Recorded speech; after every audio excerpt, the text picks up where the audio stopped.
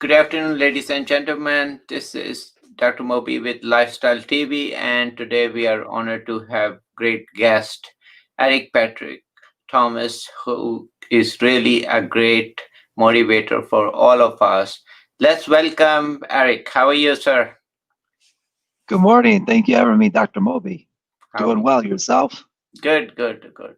So tell us about some of journey you have so far has happened for you. Oh, my journey.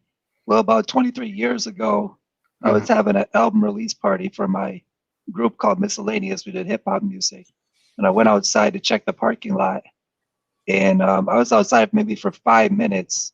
And I was going back into the house. And someone came around the DJ van and pulled a gun out and opened fire. Instantly, I got hit with a bullet in my neck and the third and fourth vertebrae, which caused me to be paralyzed from the uh-huh, neck down. So I mhm, dropped to the ground, wasn't able to breathe on my own, wasn't mhm, able to speak, wasn't able to cry out, yell for help or anything. So now I'm there laying paralyzed from the mhm, neck down. And from there, you go into the hospital. They drill 4 screws in my head because they mhm, have to stabilize my spine, and mhm, it's called a halo. And then mhm, they put tubes in my throat. They intubated me and gave me a feeding tube. Then I woke up in the morning and I was in out of consciousness the whole time. But that's where your parents and step parents and doctors and families say, what happened again? And then you try to move, and you're like, why am I not moving any of my body? My mind is telling my body to move, but my body's not moving. mhm, So that was kind of like the start from the change of in my life, or the big change in my world. mhm. Yeah, I'm sure that you'd never thought in your life that that would be, how it will happen, or that would. So it was just a stray bullet, or was how did that was that nobody knows what happened, or what? Nobody really knows. There was no real police investigation. There Mhm, is an incident report which I just received like in July, mhm, but there wasn't like a full-fledged investigation where the bunch of people were questioned, or there was a detective that was assigned to the case. And he didn't even show up till like 4 days later to mhm, the hospital, but we just never had any cooperation of what was going on and stuff. mhm, So it was just kind of when I was in rehab, a guy came into the room. He like goes to different rooms and prays over people and stuff. He asked me if I forgive who or whom does this, who did this to me, and I said yes. I wasn't able to speak audio yet, but I was able to move my mouth because mhm, at that time I was on a ventilator, so they took the tubes out of my mouth and put it in my throat, which is a tracheotomy. mhm, So forgiveness was given, and I was able to cut that, as I said many times, cut the cord to the anchor and allow my ship to sail and focus on me. And that person and that incident's never been able to affect me any differently. I've mhm, been able to empower and been able to move on from that very moment. mhm, mhm. Well, that speaks volume about your inner strength and a nicer heart you have, the golden heart, that you could not only forgive, but you could also move on. And that's like two really important aspects. And not a lot of people can fathom how difficult that could be, but you have not only accomplished it, but you're a proof that that you can forgive and move on. And I mean, words cannot even express what it means. Yeah.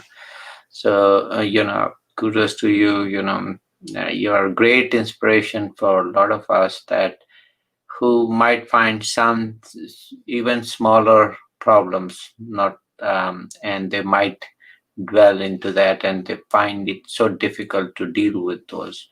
They think that's the end of their life, but you actually had a very difficult situation, and not only you dealt very wisely, but you are living proof, and you are inspiring a lot of people, all of us you know Thank you. So tell us also about how's your family doing? They're doing good. I mean, it's something that you have to adapt to. My parents got divorced when I was just about two, but Mhm, both of them have been remarried. So I mhm, have stepfather and a stepmother. mhm, Um, Getting them together though, that when this incident happened, when I was 20 years old. So of course, I would say divorced parents have their differences, mhm. and bringing them everyone together on the same page and getting along. Um, it's a process. Were they best friends right away? No, but Mhm. now throughout so many years of being around each other, birthday parties or just get-togethers, it you would never be able to tell that they were once married to each other. Like you would not know. That's how well they get along now.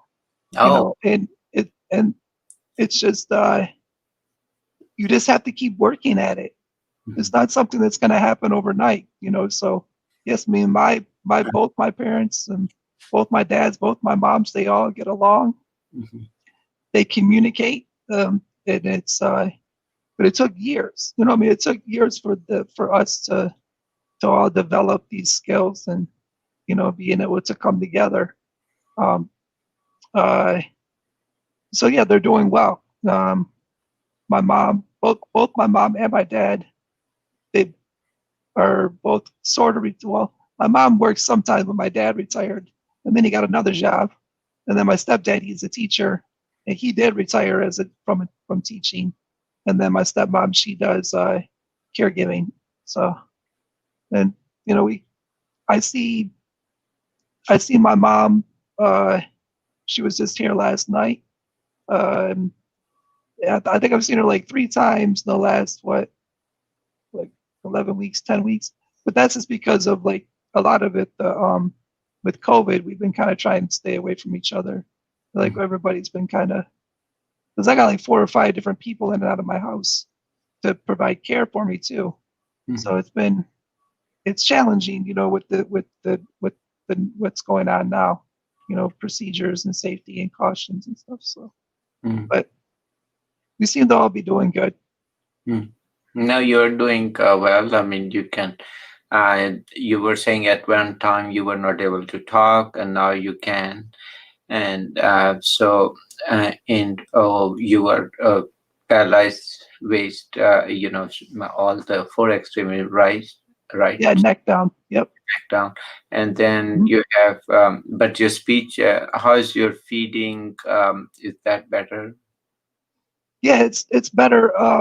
When they took the tubes out of my throat, uh, and of course they gave me a trach at that time, but the feeding tube came out and I was able to eat food then. When I went to rehab at Craig Hospital in Inglewood, Colorado, that's where they started to wean me off the ventilator. So I was there for October 29th of 97 to March 20th of 98. And basically they just turn the ventilator off three times a day. And they do it in like 30-second increments and Mhm, stuff. So then they come and they do it 5 days a week. And mhm, so that's what they did. And they hooked up a pulsometer mhm, on my finger so I could see my O2 levels. mhm, That way it was kind of like biofeedback. Like I didn't know if I was breathing or not breathing. So I had to relearn how to, breathe, just breathe air that mhm, like you don't even realize how hard it is to breathe until it's taken away. So mhm, you have the barrier of not being able to breathe. And mhm, so that before I went home, I got off the ventilator and then I came home to my mom and stepdad's house and started new life. I hooked up with Disability Network, and from there, they basically made my life as a business, a CEO, and I started hiring caregivers and started doing schedules and timesheets and hiring process and ads and directing my care. Wow, Um, yeah, excellent. So you were doing all. How many people you were managing? right now I'm doing five or five, 4 or 5. Oh, wow. I think 4 or 5. Sometimes at one time I've had 8. Okay, good. So would you provide similar services to other people, or how do you? No, with the caregiving, it's just for me, like finding the caregivers Mm, and training them for me. But like mentoring, so I provide mentoring services. You know, uh, if somebody's like trying to figure out like how to hire a caregiver or mm, keep caregivers. I mean, I've had caregivers that's been here for 20, 22 years. So, 22 years. So it's like, what are the tools that you use? What did you do to keep them? How did you communicate? Like, how did you run your household? The other thing is like person-centered planning and self-determination. So mm, every year we have a person-centered plan where I invite people to I call it a life celebration party. mm, And it could be friends and family, whoever you want to, and then you go over all your goals and dreams and like your work, like your health issue, like whatever you want to talk about. So whether it's like housing, transportation, food, vacation, visiting people, health scares, mm, you're giving this information to this audience, and then there are people there that can help you achieve some of these goals. They're mm, like accountable now. And you can say, okay, you said you were going to help me with the vacation. So let's work on the vacation together or whatever it might be. mm, So those are some of the services, but I can help teach that too, like teach other people like how to do the self-determination and do the person-centered planning and mm, be able to hire caregiving or mentoring. I've taught mentors how to be mentees, mm, mentors and mentees. So and fundraising. There's a lot of different services. I've had to fundraise for 3 vans, so I know I've taught people how to fundraise. I don't do it for them. I mentor them so that I help them help themselves. mm. Wow, wow. That's a great story, and not only that, you are beacon of light for so many people. You are really motivating, and not only that, you're training a lot of people to do self care and help each other pretty much, or self themselves pretty much. So tell us also about some of the hurdles people will face with these kind of problems, which you find inspiring them. Uh, you know, when you get injured and you're going through rehab, my rehab, I had people that had head injuries and spinal cord injuries. And when I got out of rehab, I was, you know, through the service of community mental health and disability network. So you start to go and get involved. And you start being around other people with other disabilities, and you learn there's a lot of disabilities out there. And so you start learning about them. Like you don't make assumptions. You ask questions or you learn.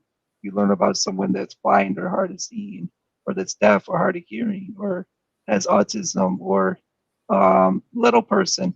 You just kind of learn like different. You talk to them and find out different words that hurt that they don't like. Like what's a politically correct, what's not. You just kind of just it's a learning thing. Sometimes you do things wrong and then you just learn and you do better. Mm, Um, I've learned a lot and been able to develop like different accessible procedures, like going to places and talking about accessibility, not just for like wheelchair, but for other people that I've talked to that I know like what their concerns are when it comes to accessibility. mm, Like kind of be their voice, but not speak for them. But if I have the opportunity to talk about accessibility, I always say, well, have you ever thought about, like, if it was a restaurant, if you thought about braille menus? Well, you should get a hold of the Michigan School for the Blind and maybe talk to someone if you mhm, want to open your doors up more to, you know, meeting the needs of the community that's blind, mm, things like that. So I'm always like going and doing that, whether I'm traveling on a plane, going to a business, going to a household, even, just talking about how to make it better for the people that are out there. Because there's community and voting too. Like, how can we make sure that everybody gets that gets the right to vote, to exercise that right, mm, that they don't have the barriers, mm, and that it's private and independent. It took 21 years for me to vote private and independent, mm, but that was through fighting and advocating, you know, constant. just constant advocating and fighting for my privacy and my independence to vote for them to get the equipment for me to vote private and independently. So 21 years. Yeah, 21 years. Wow. Wow. And also tell us what is the difficult, some of the difficulties which people face. You've mentioned some, there could be differences. There are different types of disabilities, and that you learn that you are not alone. In this world, there are a lot of people who could be even worse shaped than you, of course, some could be better. But tell us some of those learning which you have seen beside the one you mentioned. And I think what you said was you said it well. A lot of people think that it might be just them, and then when you get around other people, then Mhm, you start talking and you start go, wait a minute, I've experienced that too, or I've experienced that. Then you get around, a group of people, and then they start realizing that they're not alone. mhm, It's a common thing that all of us have experienced. I can say with the last 23 years of meeting people with disabilities, we all have an agreement of accessibility. That the access, equal access to everything. When that can be transportation, that can that's like planes, trains, and automobiles. That could be education. It could be finding work, being able to own a business, getting grants to mhm, help with the business, um, finding more writers and producers and directors that are working on telling the disability story, but then oftentimes you see it's not a person with a disability that's telling the story, which that paints the wrong picture of what it really is like to live life with a disability. Because disability doesn't go away; it's something you live with. You don't like overcome it or overachieve it. You just live with it, and you just keep pushing forward with your life. A mhm, lot of times they always act like disability. Sometimes like you are doing so much, so you just turned it off like a light switch. But no, it's a party. Like that is a party. It doesn't go away. At the end of the day, you don't just like say cut and then get out of your wheelchair and walk away. You know. Um, so I mean, those are definitely common things that you start to find out that we all want representation. I guess that would be the biggest one is proper representation. mhm, Not to feel invisible, to be a part of the community, not to just be diverse or included, but belong. Like belong in this this country, you belong in this world, so that if we weren't there, that you would miss us. You would say, "Where are you? Where did you go?" The belonging of something is completely different because that's when you're not there. Then where are you? mhm, Not to be invisible, even when there's people running for the president right now. There's got to be speech on stage when they're doing debates or whatever to say, look, this is what we're going to do this is our plan for people with disabilities. This is our doctrine, or the same thing is when anything from local to state when they're doing the governor's talk, or the mayor's talk. Like, mhm. what are the plans? There are people with disabilities. There's what 31.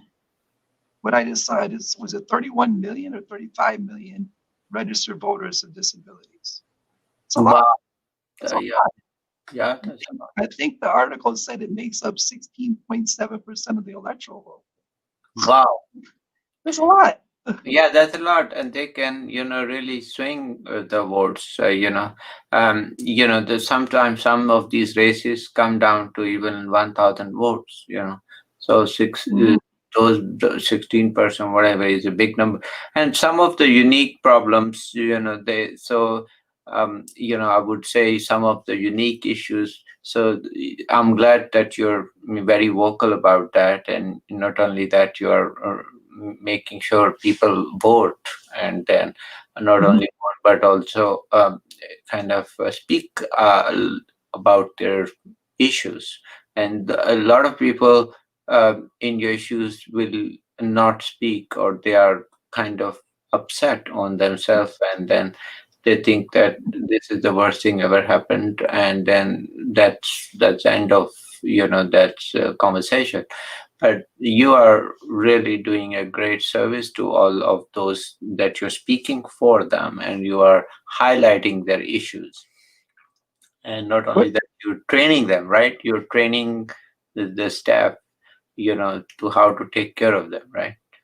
right, and and the other barrier would be with me having the spinal cord injury. So someone that is not as mobile, um, they can get skin issues, skin breakdown.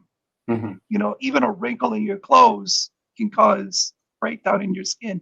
And if that happens, that can cause a pressure wound. And then you can end up on bed rest for a very, very long, long, long time. Yeah. As for what I'm going through right now, mine was not a pressure wound, mine was a bone infection. So back in March 1st, 2018, a hole opened up in my body in my coccyx area. But because I have a spinal cord injury, it was treated as it was a pressure wound. So I was going to the wound care center every 2 weeks, and they were trying to do, debride the wound and trying to close it up with silver and packing it. Well, here it is as a bone infection. It's really an exit wound. Now, because of those complications of being on bed rest, I ended up once again in the hospital, reliving this nightmare again, where I was intubated. Both my lungs collapsed. I had an O2 level of 40, and I was intubated for 15 days with a feeding tube also. But I did get off it and was able to come home July 6th. No Mhm. oxygen and not intubated. But I had to recover from that. I'm still recovering after 640 days. I'm pretty sure that's what it was. I was finally fully recovered. And that was after getting a second opinion with a different doctor, Dr. Rubin, which I went to see him the next day. And he said, that's not a pressure wound, that's a bone infection. And then he put me on antibiotics for 17 weeks. First, it was 8 weeks, but then I healed up and relapsed, and then I had to go back on antibiotics again. So, full 17 weeks of antibiotics and 640 days of bed rest, I finally was healed. And we thought everything was great. Well, at that time, I wasn't able to do much. I did two fundraisers because I was raising money for a new van. And then I went to like a couple family functions and then all medical stuff. Well, then I got the van in December 20th, 2019, and then 2020 hit. And I thought I would be up and around. And of course, COVID, but I was in my chair for 9 months. And then for some reason, July 28th, which will be tomorrow, I a hole opened up in my body and I relapsed for the third time. So I've been on bed rest for 12 weeks tomorrow, um, with this bone infection, this chronic bone infection, as they call it, that I've been dealing with.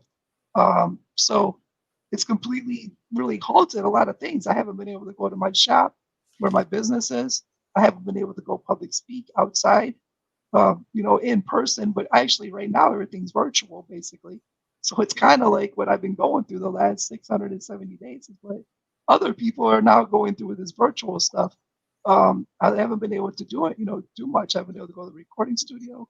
Like all the things that I normally do, I haven't been able to do. But of course, I guess everybody else hasn't either.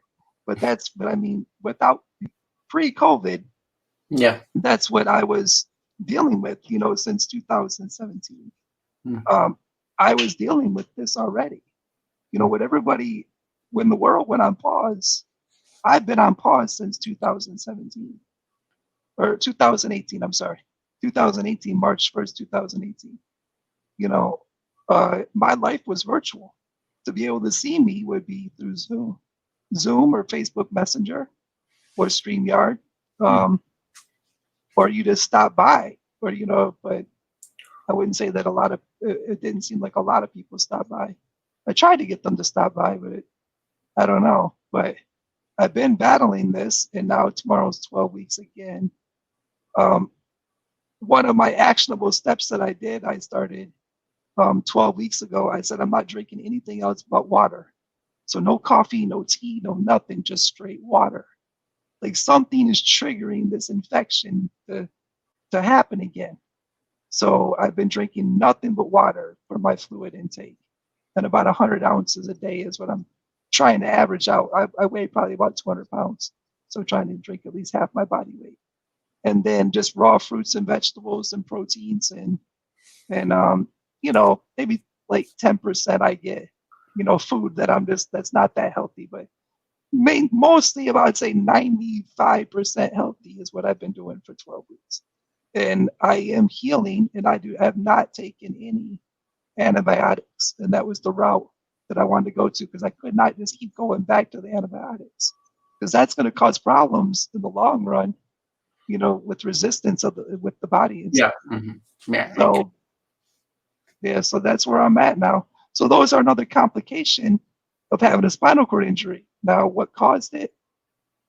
I don't know. But people get pressure wounds, they get breakdown, oh, they get UTIs too, because we have catheters and we're not draining our bladder properly, so you can get UTIs. All Mhm. these things can lead to not being able to just get up out of bed and be able to go do what you want to do, everyday life. So Mhm. Well, it's I can say what you are basically inspiring a lot of folks around the world, and congratulations on that. And you are like I said, the beacon of hope and also education, and you're motivating so many to turn to vote, not only vote, raise their issues to everyone so they understand what it means, the healthcare with disabilities.